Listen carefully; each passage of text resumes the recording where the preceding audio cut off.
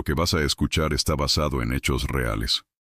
Ocurrió en una carretera poco transitada, a la altura del kilómetro 23, donde, según registros locales y testimonios policiales, varias llamadas de emergencia quedaron marcadas por un mismo detalle. Nadie estaba ahí. Y sin embargo, alguien sí respondía. Mi nombre es Daniel, y en 2011 era voluntario en un grupo de apoyo de emergencias. Nos pedían verificar puntos conflictivos para reducir falsas alarmas. Uno de esos puntos era una casita abandonada cerca del kilómetro 23. Decían que ahí sonaban teléfonos a horas imposibles, teléfonos desconectados. La primera noche que fui, el aire olía a humedad y tierra mojada. A lo lejos vi la casa, ventanas rotas, la puerta colgando y una luz intermitente que parecía fallar, aunque la línea eléctrica llevaba años cortada. Entré con una linterna y mi grabadora. Verificación de rutina, me dije para calmarme. En el pasillo principal había un teléfono de disco, cubierto de polvo. Cuando acerqué la mano, dejó de sonar. Silencio.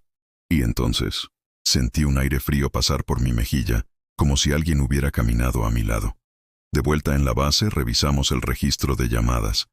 A esa misma hora se había reportado un ruido insistente, desde un número sin origen. Cruzamos datos. Coincidía con la ubicación del kilómetro 23. Pero lo imposible era esto.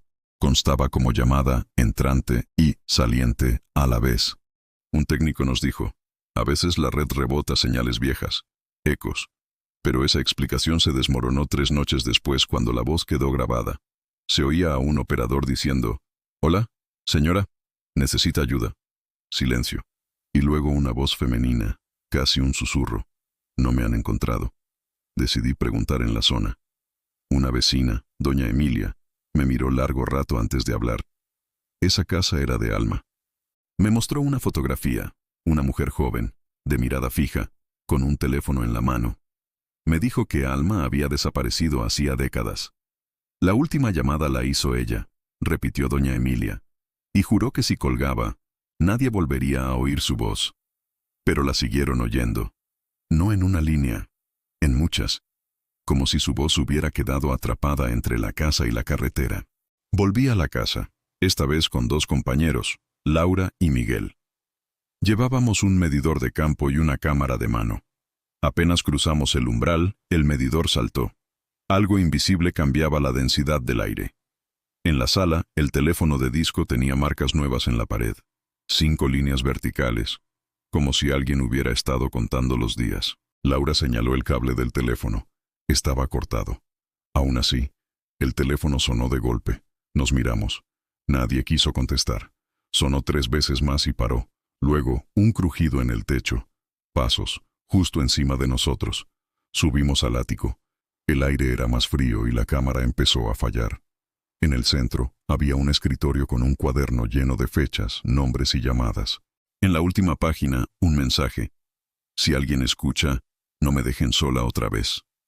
Laura susurró que sentía a alguien a nuestra espalda. Miguel, sudando, preguntó, «Alma, ¿sigues aquí?» La respuesta no fue una voz, fue el teléfono del piso de abajo marcando números por sí solo. Cuando bajamos, la bocina estaba levantada. Al otro lado, solo se oía una respiración contenida. Yo pregunté, «Alma, ¿puedes guiarnos?» Y entonces, de la bocina salió una voz mezclada con estática. Cava, junto al poste, el tercero. Al día siguiente, con la luz del sol, volvimos. Contamos los postes desde la casa. 1, 2, 3. Había tierra removida, como si alguien hubiese cavado y vuelto a tapar a medias. Notamos trozos de cerámica y vidrio. Cavamos.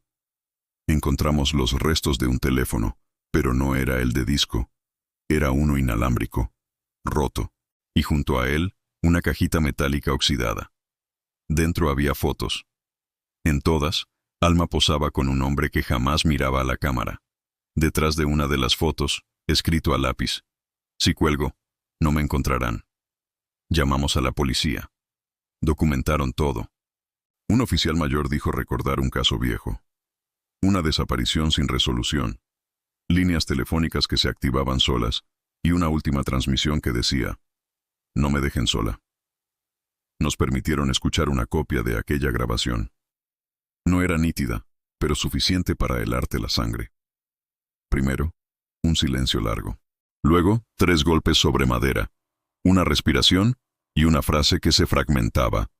Estoy debajo del piso. Volvimos con una autorización y levantaron los tablones de la sala. Debajo había un hueco seco, viejo.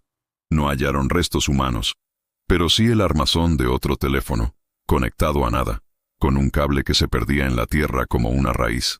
Los técnicos hablaron de resonancia de señales y campos eléctricos residuales.